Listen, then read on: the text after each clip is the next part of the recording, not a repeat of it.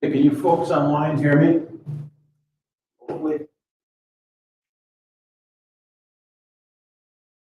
Somebody give me a heads up. Can you hear me? Great, thank you guys.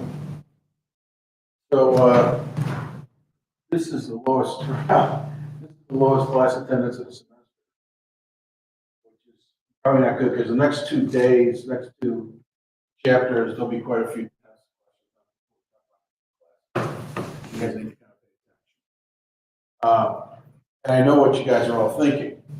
Thinking, Steve, how could you possibly come up with a class today as good as last? Right, that's what you're all thinking, right? I went home depressed. I talked to my wife about it. When I left home today, she goes, I hope your class was good. So I was thinking, well, what should I talk about that I know I'm going to be energetic and you guys will learn a lot from? So I was actually going to do pricing next week, but I'm going to do it this week. And this is, marketing is wonderful and all this stuff we talk about is great, blah, blah, blah. It doesn't make any difference if you don't make money, right? So the next 2 days, like I said, maybe even 3 days, depends on how fast I go. We're going to be talking about why people price the way they do, how our price is generated, how important is it to profit, right? So pricing is to me, is basically everything. Because like I said, you can do a brand positioning you want, and all the brand building, and all this other stuff we've talked about. But if you don't price your product right, you're going to not be successful. Okay? I want to start with something which is, you guys online, this is a little bit hard for you guys to understand, so I'll try to walk this through. There's a thing called price package plan.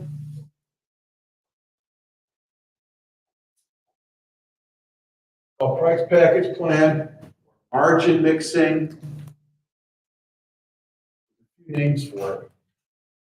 And the reason I want to talk about it is because it's kind of it's going to be kind of a transition from the supply chain thing to pricing, because it entails both.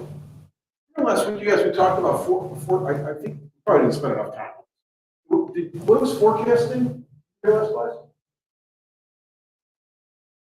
Sorry? Okay, do you remember what forecasting was? Okay. You remember what forecasting was? That's it? Okay. Tyler, what's forecasting, buddy? We were talking about like shipping or something. It was like being able to tell them like forecasting be like when like a product. Ooh, no. You mixed a couple thoughts up though, but good try. What is it? It's guessing on how much product. Exactly. Our forecasting's got to do with how much product you're going to need, and I'm going to talk about here why that's important. So in my job and my peers, at the end of the year, we had to forecast sales for the following year for our accounts.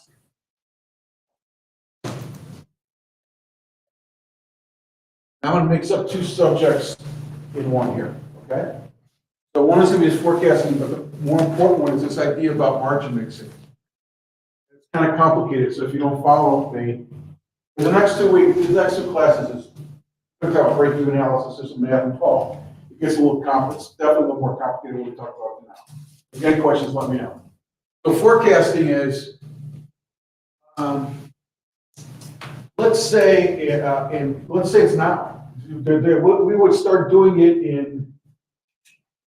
in August, so we're too early. But let's say it's August of 2021. And our job is to forecast sales for 2022. All right? So to make it easy, let's say it's Kroger. And I'm never call it Kroger, but say it's Kroger. And at Coke, this is exactly what we did, is you had SKUs. And by SKU, what you did is you forecasted next year's sales. So the first thing we did is we measured this year's sales, okay? So let's say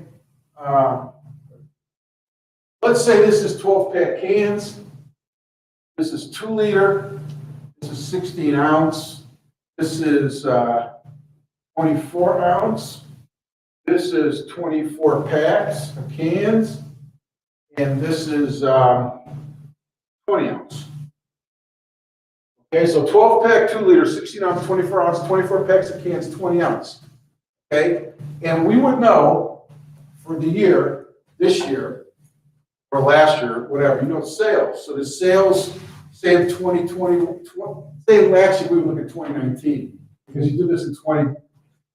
We look at 2020 because we do this analysis in August of 2021. So what you would do is you would say, okay, in 2020, we sold 100 of these, we sold 50 of these, we sold 50 of these, 100 of these, 20 of these, and 20 of these. Okay?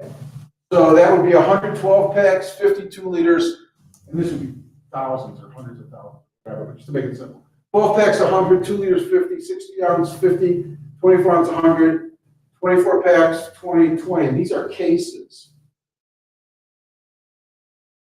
Okay, so right now this would be annual 2020 cases. Follow me? Raise your hand if you don't. It's going to get wild. It's going to go off the rails here. You guys got it? Okay. So not only do we fake, this would be sales, right? So we sold 112 packs, 52 liters, 50, 16 ounce, 124 ounce, 24 packs, 20 ounce. But see, sales wasn't really what we cared about. What did we really care about? Margin, which leads to what? Profit, exactly.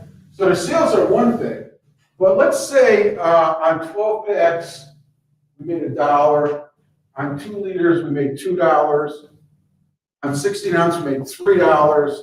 On 24 ounce, we made $1.50.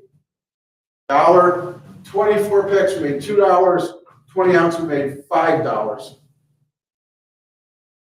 Okay? So this is gross margin. You guys remember we talked about what's the difference between gross margin and net margin? Dollar? Net margin.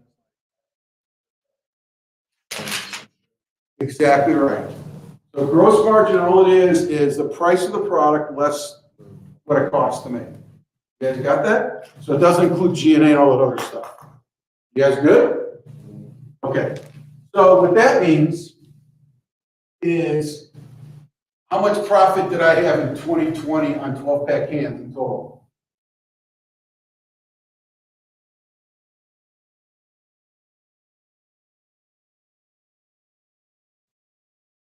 How much did I have in 12-pack cans? Profit. $100. How'd you get that? Multiply 100 times 1.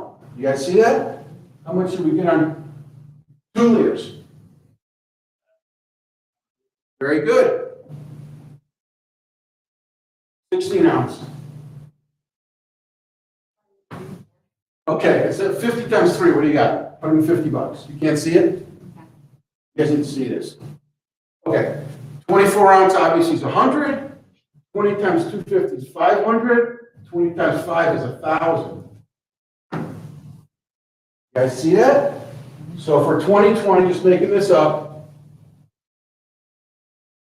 what do we got? 1,000, 1,500, 1,600, 17, 18, 1950. So for the year at Kroger, Coca-Cola made $1,950. So what's the objective for 2021? 2022?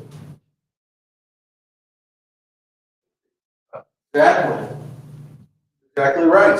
So our goal, now we had this information by brand, by package. It was about 85 when I was there. It's a lot more now. But when I was there, instead of tracking 1, 2, 3, 4, 5, 6, we tracked 85.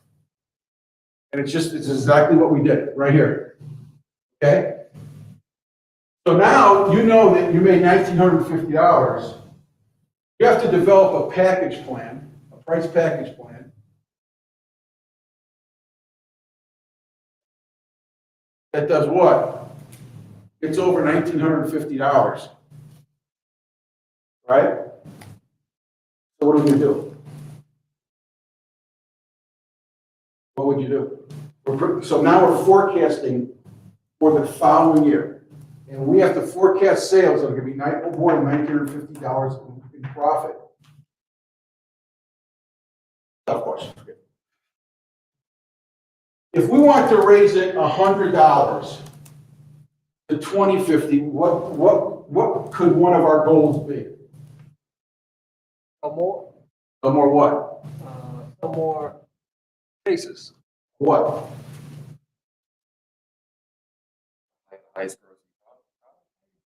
Well, I just said go to 2050. So what are we trying to gain? We're trying to gain $100. So what would we want to sell? 12 pack.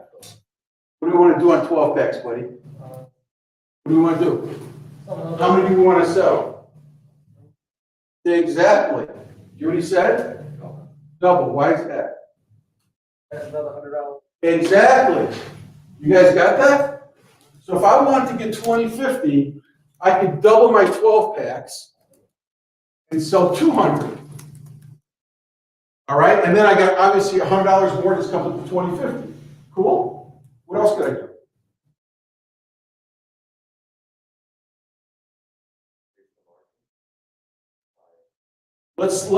Great answer, whoever's talking.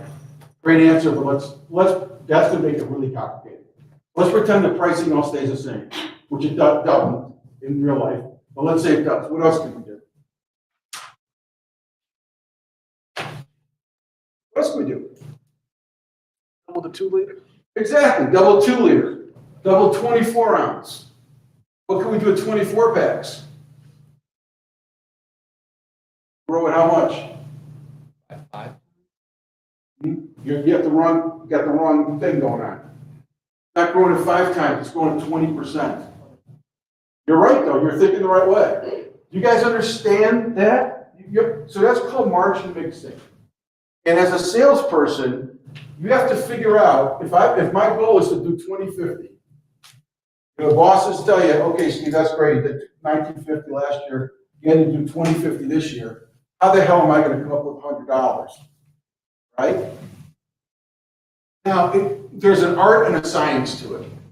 Because look how much money I made on 20 ounce.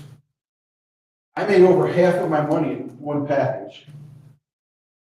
Right? Except you don't sell a lot of cases here.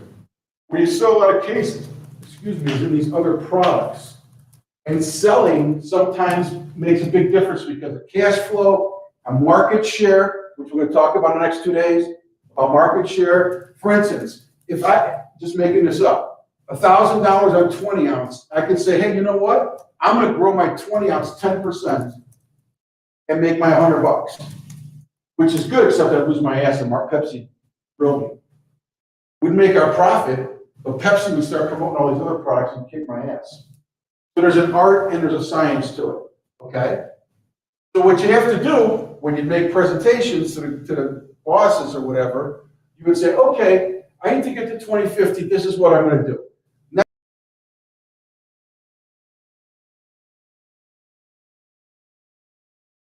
50 of this, 50 of this, 150 of this, stay here, and that's going to come up to 2050. So I'm telling them I'm going to grow my 12 packs and I'm going to grow my 24 ounce. And that I'm growing 2 packages to get my $100. Everybody following that? 3 Musketeers? Following it? Are you? Adam, you're following it? Ask the questions. You're going to sales, you better understand this shit. I see what you're saying. Okay, that's all right. It's complicated. Listen, if you don't get it, it's not good because it's somehow going to make a test question, but it is complicated. But what happens is this is every industry. It doesn't matter whether your mother's selling dresses versus pants versus bras versus whatever. They're figuring out what profit they make per package or per product or whatever it is. Because it doesn't do you any good to grow a product a lot if you don't make money on it. Depends on your goal. Okay? So in this case, 2050 is my goal. and you guys came up with great answers, double this, double this. I just made it a little bit more complicated. I said, instead of doubling it, I'm going 50% up on my 12 packs and 50% up on my 24 ounce, and I still get 20/50. You guys got it?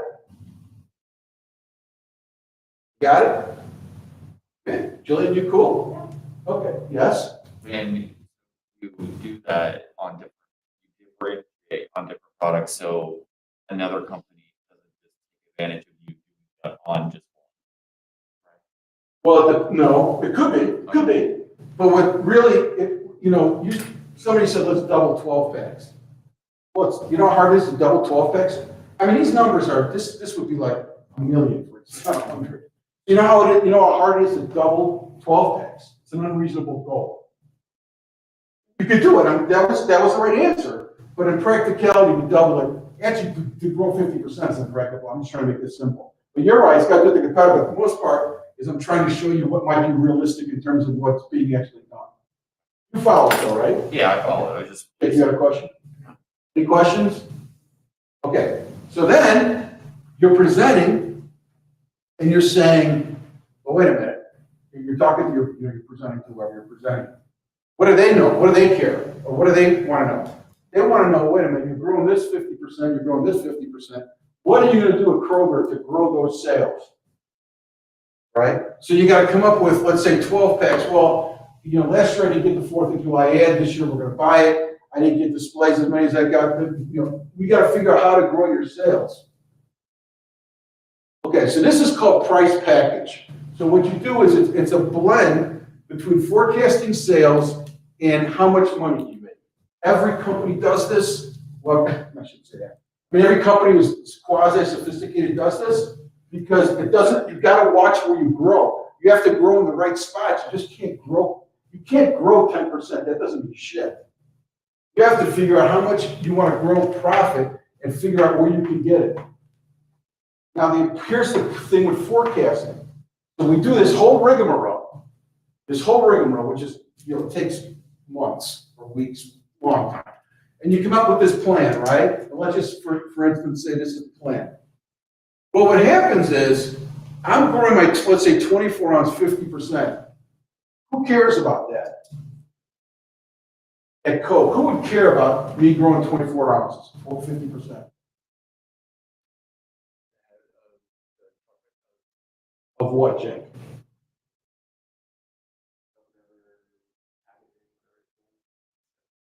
Okay. Production. I think that's where you're going, okay? Production. So why does production care? They got to do it, right? So what happens is then at the end of the year, if there's 50 of me, they add up all these numbers, and if everybody says we're going to grow, I'm just making this up. If 50 people say they're going to grow 50%, production says, holy shit, I got to make sure that much product is where? Okay, let's go back. You got it. Let's go backwards. Remember we talked about forecasting all the supply chain goes. Go backwards. So 24 ounce, we're blowing up 24 ounce. We're growing by 50%. And that's what's happening in the whole country, which is still the same thing, just for argument's sake. So that means product. So what happens is the vice president of sales gins up all these numbers and says, holy shit, we need a 50% increase in 24 ounce.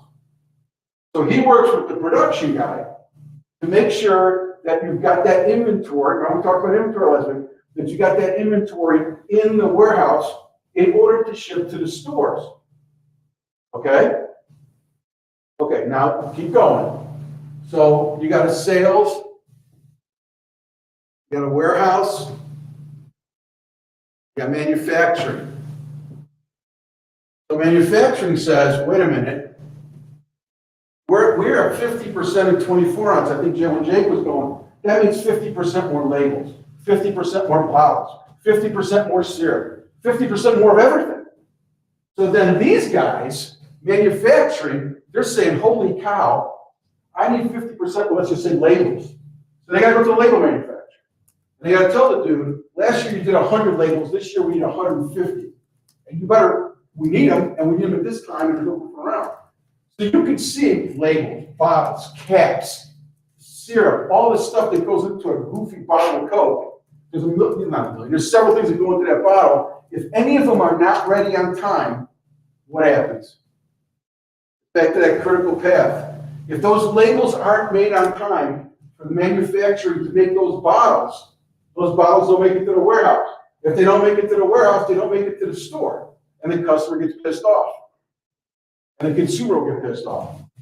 So this price package thing is sort of a meld of forecasting and really a margin mix. Okay, I went through that pretty fast. Who doesn't understand? Raise your hand if you don't understand. Or tell me what you don't understand. Publix, can you see it back there? Yeah, I can see it. You understand it? Yeah, I'm just making sure. So the margin fixing is just, working things around. Yes, and it's your job, whoever's making the decision, you have to figure out how I get, in this case, 2050 from 1950. And as we said in the class, there's a bunch of ways to do that. But you have to figure out the right way, the one that's most realistic. Because, like I said, if you said I'm going to double my cans and you don't double your cans, which is hard to do, you're toast. You got it? You got the margin mixing part, right? Yeah. Okay. You got the forecasting part, right? Yeah. Okay. Anybody else? You guys? Yeah. Okay. You guys cool? Okay. So that's like a transition from. It gives you an idea about how supply chain works in conjunction with sales.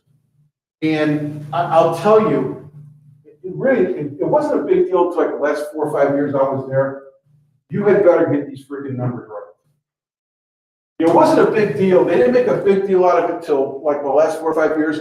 But if you were like more than 5% off, they dinged you.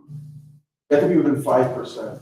And again, when you're talking tens of millions, it's 5% is a big number. So anyway, this forecasting thing became a big deal. Now, last comment. The sales guy is going to make this call, right? So the sales guy is going to make this. The warehouse is going to build it. Manufacturing has dozens and dozens of people that work on the forecast on a macro level to figure out they have enough equipment, labels, syrup, all that stuff, right? So these people manufacturing, I mean, that's a decent job, actually, is working with sales and working with their warehouse to forecast what you need to make sure the product's built right. Right, so different at QT. If you're running a Doritos ad for the 4th of July, somebody's trying to figure out how many Doritos you're going to sell, and somebody hopefully is going to be right, and they're going to sell you 1 pellet or 2 pellets, whatever you do. They're forecasting the fact that you sell that many on the 4th of July. If they're wrong, too high or too low, there's problems both ways, right? And if you think of Frito, if Doritos on the 4th of July, if they say they're going to sell, I don't know, 1 million, and they sell 900,000, then they've got 100,000 bags of Doritos sitting around. Okay, you guys got all that? Okay. So, what we're going to talk about is strategic pricing methods, and we're going to cover a lot of ground. Like I said, it might be 3 days, but if it's not, it'll be 2 days for sure, maybe 3. Okay? All right, the importance of price. To the seller, price is revenue. To the consumer, price is the cost of something, and price allocates resources in the free market economy. First of all, revenue equals sales, right? Is that right? Is that right? Would be wrong. Because revenue equals sales plus what? The revenue at a company, you guys, and this is like a big mistake everybody makes. Revenue is all the money coming in. And a lot of times companies make money off of, for instance, my little water purification company, we make money off of training. Not sales, it's training. So we charge people to train on our equipment. That would be revenue, right? Licensing, right? So if I give somebody, one of my customers, the right to, I don't know, brand my water, they make the water purification systems, they use my technology, and they give me 20% of their sales or something. That would be revenue. So revenue is more than just sales. Got it? Got it? Okay. The seller prices revenue. The consumer prices the cost of something, that's like, right, that's a dollar, right? So we know that price of something is, something's priced in a way that for some reason it creates value with somebody who's going to buy it. And price allocates resources in the free market economy. That's just an academic thing. It just says obviously price and revenue and profit and sales have to do with what happens in the economy. So we know that. All right. Revenue, the price charged to customer multiplied by the number of units sold. Okay? This isn't right. This is out of the textbook. This is wrong. Okay? Revenue is more than that. Revenue is not just the price charged to customers multiplied by the number of units sold. That's sales. I leave this chart in every semester because this is wrong. Okay, so on a test, as you guys know, whatever Steve says is what's right. Okay, and in this case, I'm definitely right. This is sales. So revenue's got to do with sales plus other stuff, anywhere you're taking money in. And obviously, revenue minus expenses equals profit. Okay, pretty simple. Price times sales is revenue, so we just went through this. Now, there's various pricing strategies. Okay, we're going to talk about these. A new product. Let's say I'm coming out with a new deodorant. So I got a new deodorant I'm bringing out.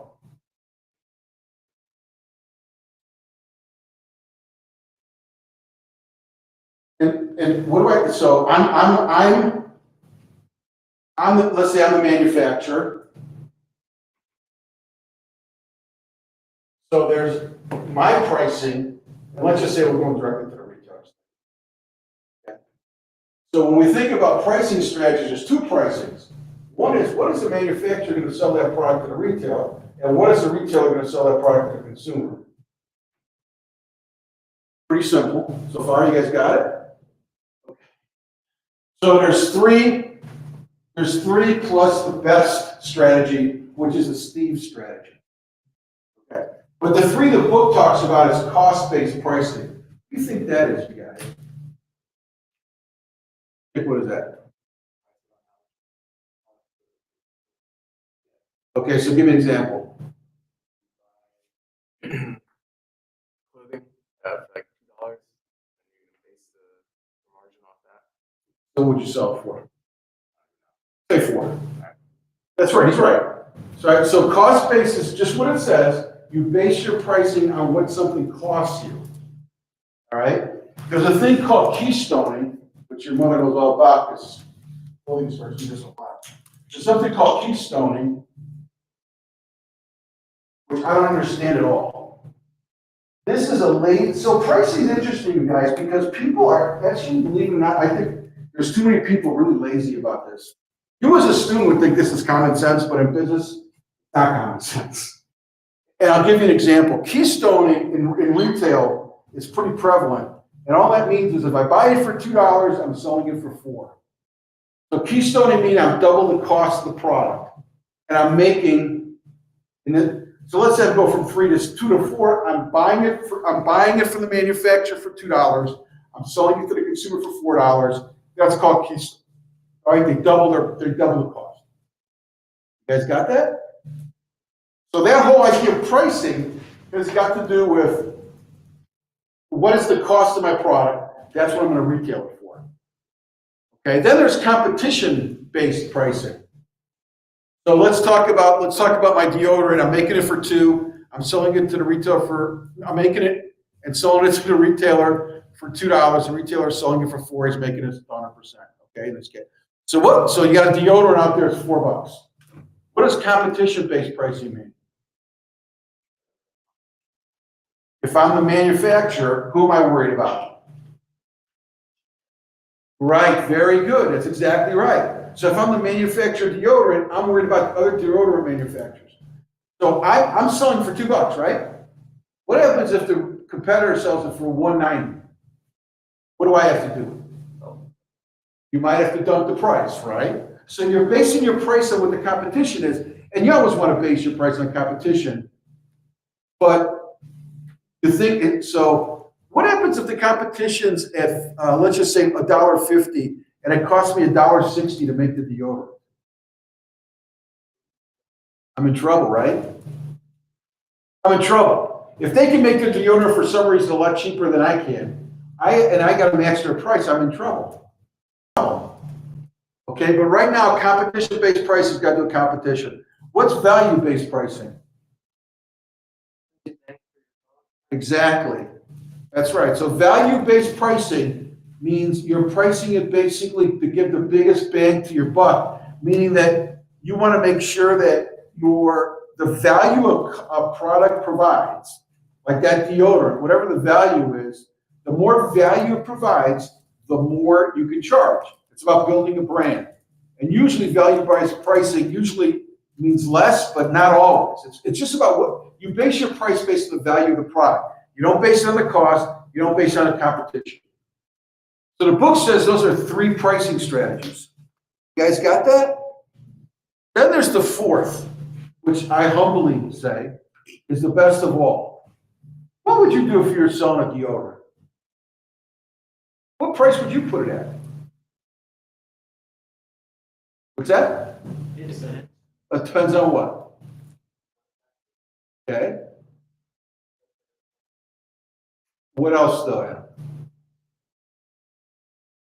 So here's the Steve theory, and I'm living this every day. Steve theory, the best strategy of all is you price it for whatever you can get for it. It's not based on competition, it's not based on cost, not based on anything. You keep jacking the price up until somebody says no. All right? You would be, to me, this is common sense. You know, and I came from Coke, I come from a big company, but it's harder in a big company, but certainly in a little company, it's amazing to me, and I'll just give you an example. We make our littlest, our biggest system. So somebody's making for me, we talked about that, right? So it's contract manufacturing. So there's a company in South Carolina making my bigger system. He charges me $5,900 to make that system. What do you think I sell it for? No, it costs $5,900 to make. Oh, you said 20 grand? Look, I can't throw this that far. Who said 20 grand? That's exactly what I sell it for. I can't believe you said that. So why do I do that? If I was basing it on cost, would I sell it for 20 grand? No. What I sell it for, probably around 10 grand.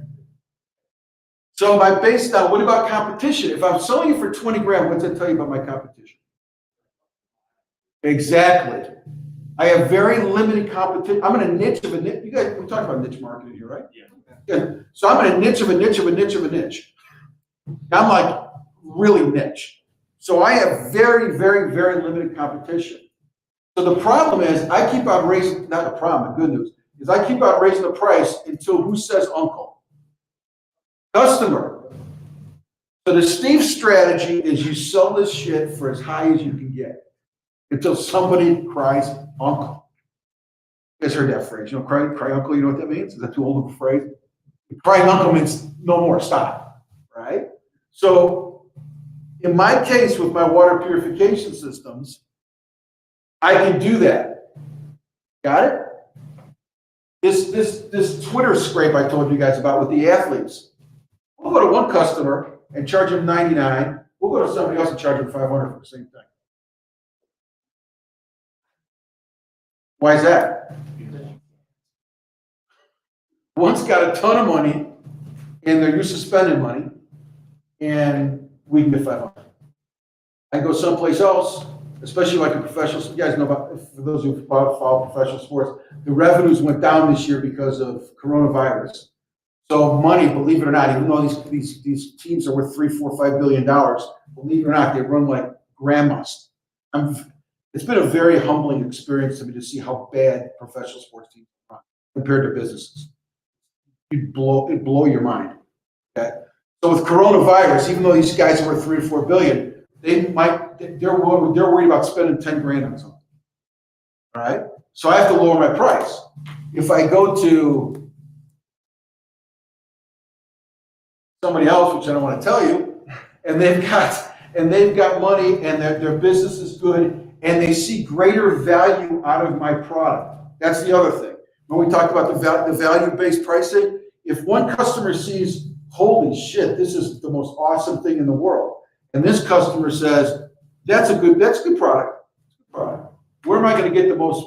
Where do I have a chance to raise my price? Raise my price to whoever thinks I've got the greatest product. So those are those two companies. What do you think about LED? So I go to commercial, I go to a warehouse, and I'm trying to get them to switch into LED. What do you think? Is it get whatever I can? Is it based on cost? Is it based on competition? Or is it value-based pricing? Competition. Because LEDs are a commodity product, right? So it's easy, for instance, you guys, when I go to a hospital and I tell them this unit's 20 grand, you know who they compare that to? Nobody. They have nobody to compare it to, right? The same thing with our Twitter scrapes. Nobody's doing this. So if we charge $500 and they go to the internet and say, was that a good price? Good luck. Nobody else is doing it. LEDs, there's a million people doing it. So if I charge $100,000 to switch a building and they call Joe's Electric, he comes in for 95 grand, I lose a deal. So the one thing I will say is it's important. When you say best of all, get what you can get, the assumption is that you're above the cost of a product, right? If you're selling this deodorant example, if we're selling it for $2 and it costs us $1.60, and let's just say it's $1.60, you're only making 40 cents. And either it's the best you can get, or because of competition or whatever, is the best you can do is $1.50. What do you have to do? You got to figure out how to lower your costs significantly, or you need to get out of the deodorant business. So this pricing thing it's really the most important part of marketing, in my opinion, because it gives you revenue. Let's talk about my Twitter scrapes. So my Twitter scrapes, just telling you what it is. My Twitter scrapes cost about $60 to do. So when I'm selling it for $99, how much money do I make? How much money do I make? $39. When I sell it for $499, how much am I making? Does it cost more to do a Twitter scrape for $4.99 than it does $99? No, it's the same product. So what's important about this pricing is every dollar you can get, it's called a marginal dollar. The marginal dollar means every dollar above you can get is 100% profit. And up to that point, you have to think about costs. You got to think about all this bullshit. You got to think about what it costs to make the deodorant. But if the deodorant costs $1.60 and I'm selling it for $2 and I make 40 cents, if I can get $2.10 out of it, I'm now making 50 cents. It's not like my cost goes up. You guys got that? So it's a big deal. I mean, anytime you can raise the price, you're probably, if anything, your cost goes down. Why would your cost potentially go down?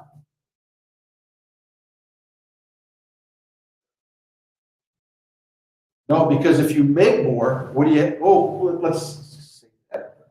That gets a break even now, so I don't have to wet some weight. That's next class. So anyway, you guys got this? Any questions? You guys good? Okay.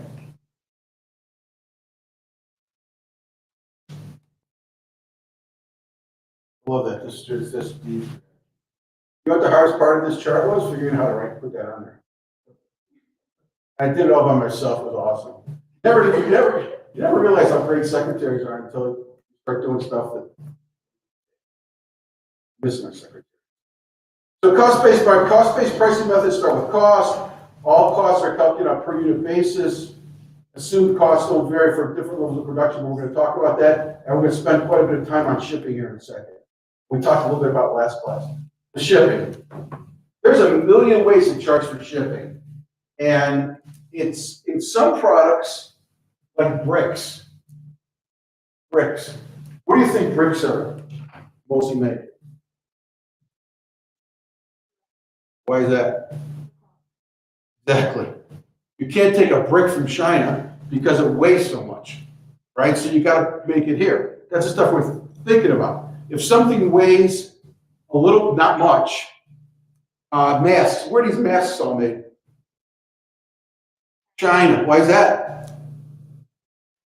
You can put 100 of them in a box that's smaller than a computer. Doesn't weigh anything, which means they can put a bunch of units in a box and the shipping doesn't cost anything. So shipping's a big deal, especially the farther you go and, like we talked last class, if you need it right away. So there's free shipping. Yeah, I'm going to go through a bunch of options. Free shipping is some people charge, when they charge either a consumer or a customer, whether it's B2B or B2C. Free shipping is you don't charge for shipping. Flat rate shipping is a single rate for all orders. That's what I do my water purification systems. So no matter where my systems go, I charge 6% for shipping and handling. So if it's $100,000, I charge them $6,000 for shipping and handling, no matter whether it's going to LaGrange, Georgia, or Alaska. And we just do that because we're a small rinky-dink company, and I make money on my shipping anyway. So That's gonna be my question. Any profit off shipping? I always wonder, charge a shipping fee. oh yeah, Some of that money. yeah, especially when it says shipping and handling. What happened to us was we were at 4%. But you remember when gas was really expensive, like 4 or 5 years ago? I don't know if you guys remember, like gas was really, well, that was an excuse, a perfect excuse.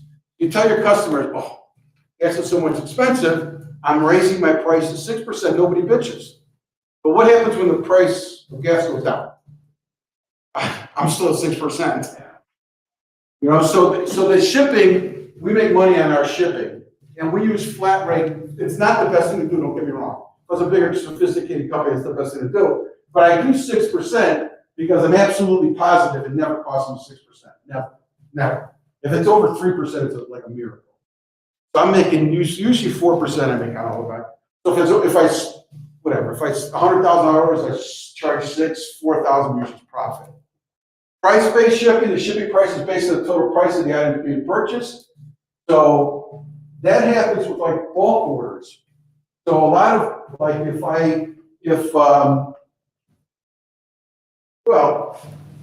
I sell trailers.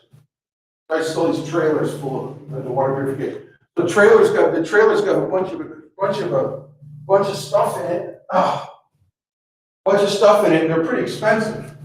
Trailers go between $80 grand and $230,000 a piece. So if somebody buys one of those, what do you think I charge for shipping? There, it depends on, so over $100,000, actually I'm lying to you, by the way. I'm trying to give you an example. No, I charge everything. If I did it on price, I would say, okay, up to $100,000 is 6%. When you do 200,000, it's 4%. When you do 300,000, it's free. So that would be something based on price-based shipping. Zone-based shipping is the shipping price is based on location of products ordered. So so zone is if you got the United States, right? You got the United States. A lot of companies will do this. They'll usually go like 6 zones, right? So say I'm in Atlanta making a product. If I ship anywhere within this zone, it's one price. If I ship it to this zone, it's another price, right? If I ship it to here, it's another price. That's called zone-based pricing. A lot of companies do that because obviously, and this is the right way to do it. What I do is one. The flat is not the right way to go. If you do it sophisticated, this is the right way to go because somebody in California is going to accept obviously a greater shipping cost. If you tell them, and we get this in Georgia sometimes I have to capitulate, but if you say something 6%, you're sending it to California or Alaska or something, nobody bitches about that. If you charge 6%, it's going to LaGrange, Georgia. Hey, wait a minute, dude. I'll come pick it up. Or that's not right. I usually negotiate. So these trailers, As an example, that's what we do. Real-time shipping, this is a new thing. You know, with all our technology now, this is a way for companies to figure out exact costs. The problem with real-time shipping is that I don't know how you make any money on it. If you're doing real-time shipping, and I'm talking about the manufacturer, if I'm selling somebody something and I go to real-time shipping and I look at UPS and I say, okay, and then I go to the customer. You know, I'm selling my products to LA, and to go to LA, instead of 6%, it ends up being 3%. What do I have to charge a customer? 3%. I mean, this is great. And again, from a customer standpoint, if I'm buying something, that's what I want right there. Is I want real-time shipping because I want to pay what the fair rates are. If I'm selling something, I don't like it. Because to me, it eliminates the possibility of making money, more money. Okay, there's a term called FOB. Anybody ever heard of that? Do you know what FOB means? That's not right either. It's actually freight on board. I think I should write my own book. Not free on board, it's freight on board. All right? Why is that important? So FOB, everybody uses it, every industry uses it. If I'm selling from Atlanta to Chicago, and I sell some product, and it's FOB Atlanta, who do you think pays for the shipping? Person in Chicago or me in Atlanta? I'll just tell you guys. FOB means Atlanta means a Chicago person's paying the shipping. If it's FOB Atlanta, that means I'm paying the shipping. FOB Atlanta, if it's FOB Atlanta, they're paying the shipping. If it's FOB Chicago, I'm paying the shipping. So it depends on, and that's important, again, because it depends on who's paying the shipping. And remember that title thing we talked about? Whatever it was, 2 days, last week or whatever. Usually the title transfers. So if I'm selling from Atlanta to Chicago, and I'm the manufacturer, and I sell something in Chicago, and it's FOB Chicago, who has title until Chicago? I do. So if something goes wrong with that shipment, and I had this happen once last year, we had a shipment to Seattle, the truck, believe it or not, somehow completely went on its side. And it was a pretty big order, wrecked a bunch of my product. Well, I still had title, so I had to pay for it.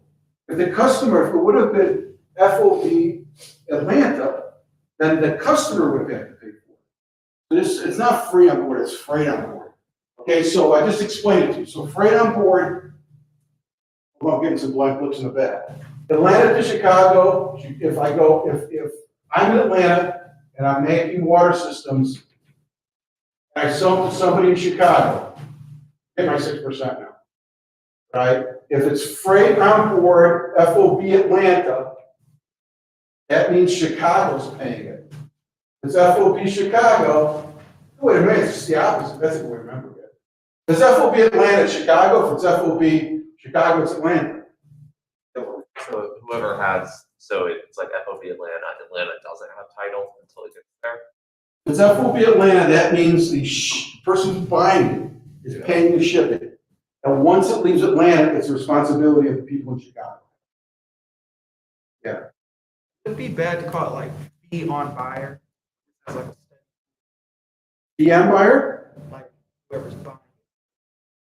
It could be. That's not what it is. That If it's a way to remember it, you're saying? Yeah. Yeah, it's a good way. And if you can remember free on board, you know, yeah, that could be. That just makes sense. Maybe fee on board probably is, first of all, fee on board is a hell of a lot better than free on board. It's probably better than free on board.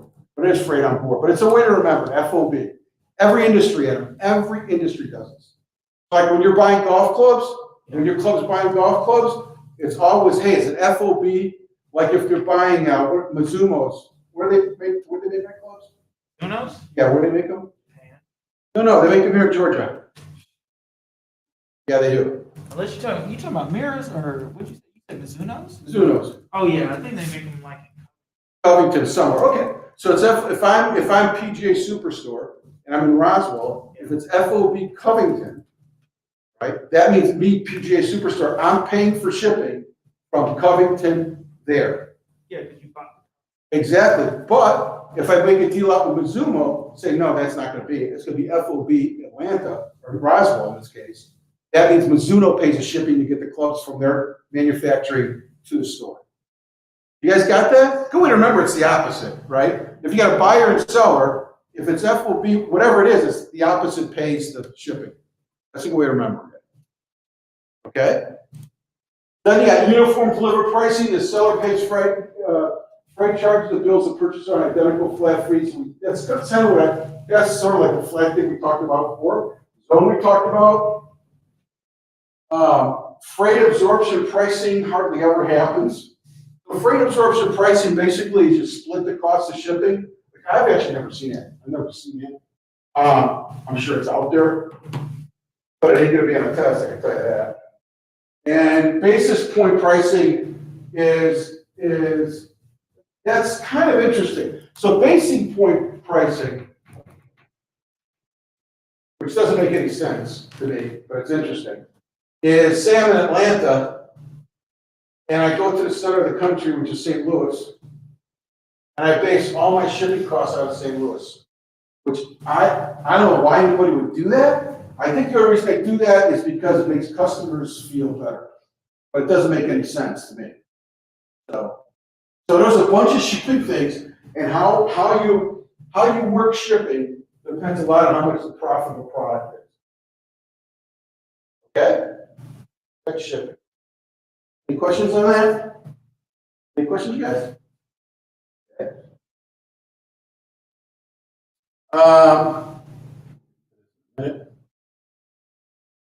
Value-based pricing, we talked about that, what that is.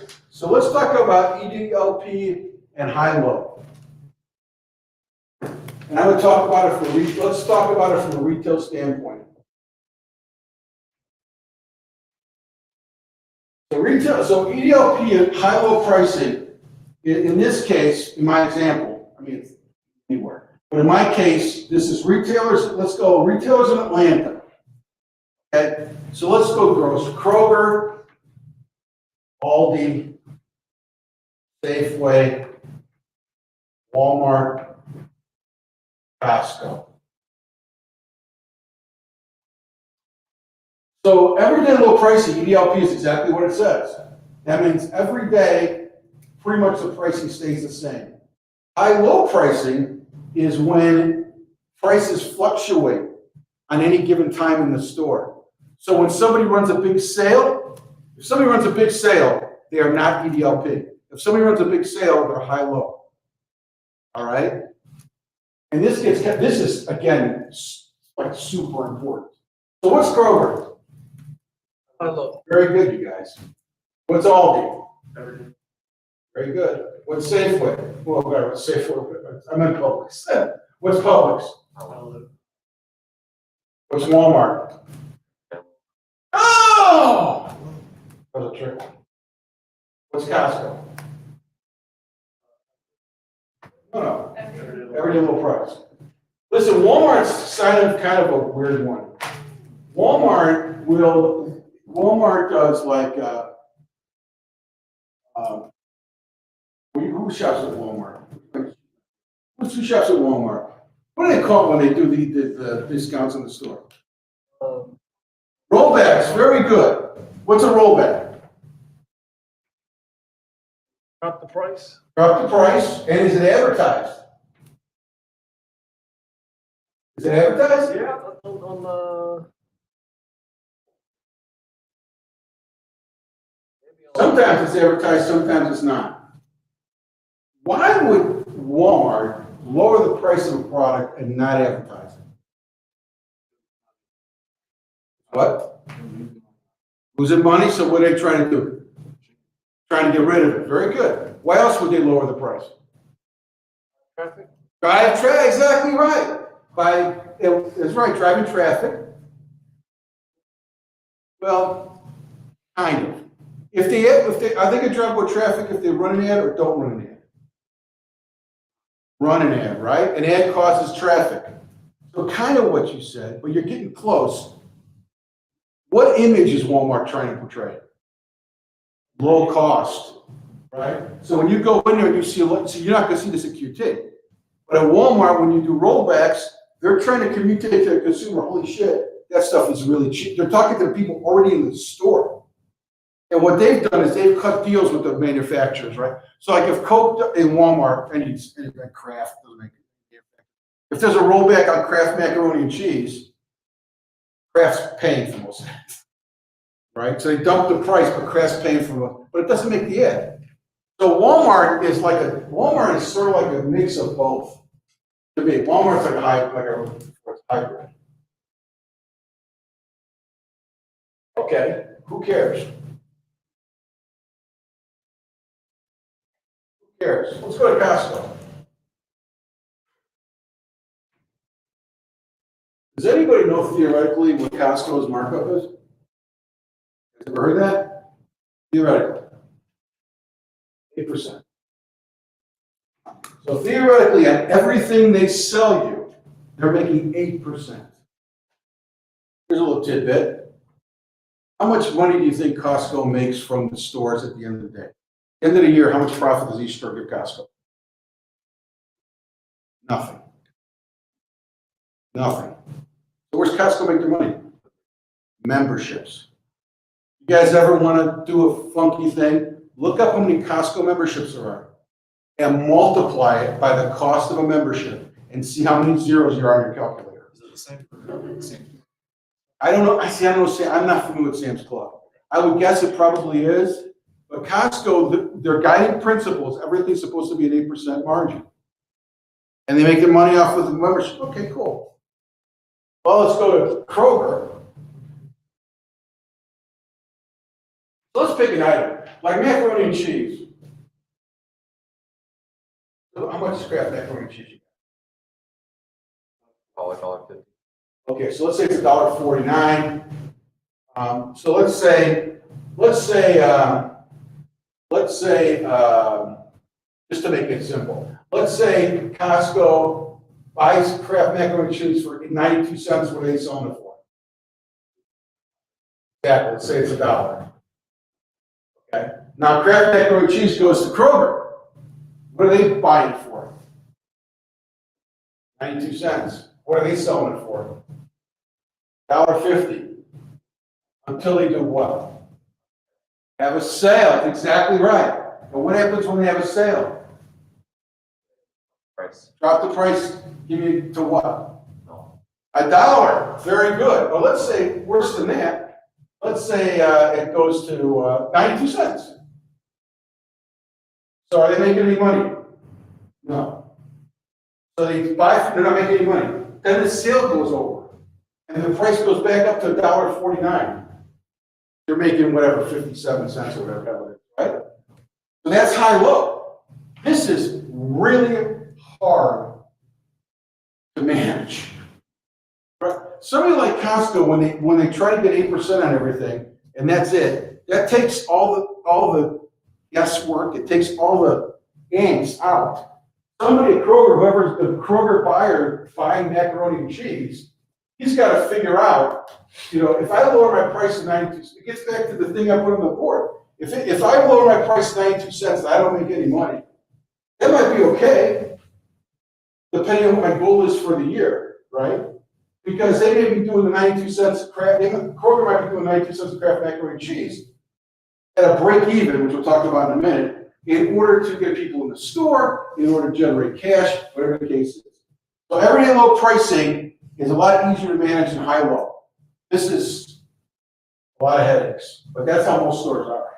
Because what are they trying to do? In Costco, if you go into Costco, they're supposed to be $1 every day. When Kroger runs 92 cents on Kraft macaroni and cheese, the Kraft macaroni and cheese buyer, what does he think?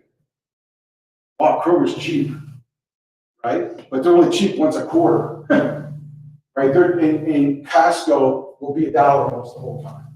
You guys get that? That's ELP versus high. Right, you explain? Oh, every ELP price stays the same. Goes up and down.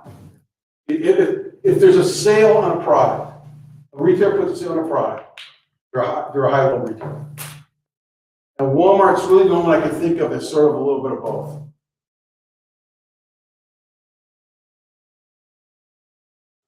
Well, why was this really a little bit off the rails here? Why do retailers even have sales? So you're Kroger and you're on the internet and online. And let's go Kraft macaroni and cheese. We set a good price or break-even price for Kraft or Kroger would be 92 cents. So they sell for 92 cents. Why would they do that and not make money?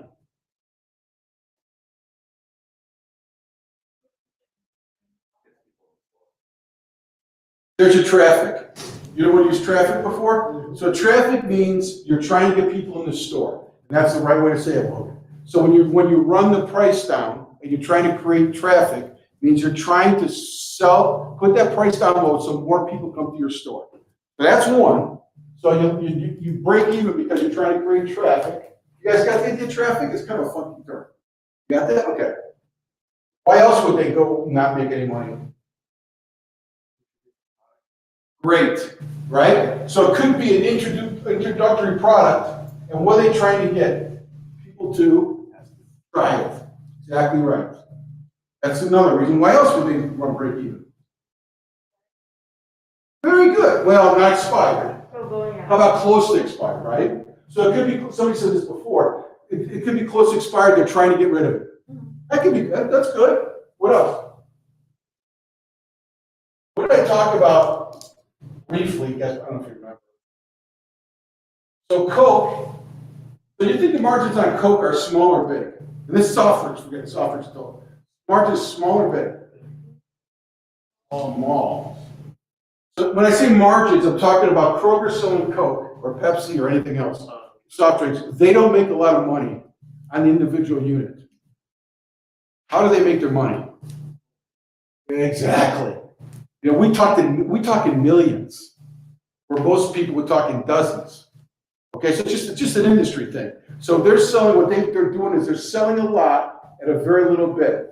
So why would Kroger, though, run, let's say their cost on Coke or Pepsi or whatever is 92 cents, and they run it for 92. What's another reason they would do that? Cash flow? Exactly. Who said that? Cash flow. What does that mean? Want customers to come in to put cash in the tills, For what reason? payroll or. That's right. You guys understand cash flow? E-commerce. You guys ever understand cash flow is maybe not an accountant or not in finance? Your cash flow is what you need in order to keep the business alive. It doesn't do you any good to make a lot of money if you don't make it at the right time. You know, you got people you got to pay the rent, you got to pay the electricity. So cash flow enables you to make sure you're making money at the right time to pay your bills. So this happens all the time, especially with big customers like Kroger. It happens all the time. They look at, it's June, and in July, they've got some big bill that's due for some lease or bond, whatever it is. Like, holy shit, I got to come up with $500,000. So what they'll do is they'll run Pepsi or Coke or a lot of other products like that at break even just to get the money in so that they can pay whatever that bill is. So cash flow. So those are four good ones. One is to create traffic. One is to maybe get them to try an introductory brand to sample it. One is to get rid of it if it's getting too close to out of date and cash flow. All right. So that's go there.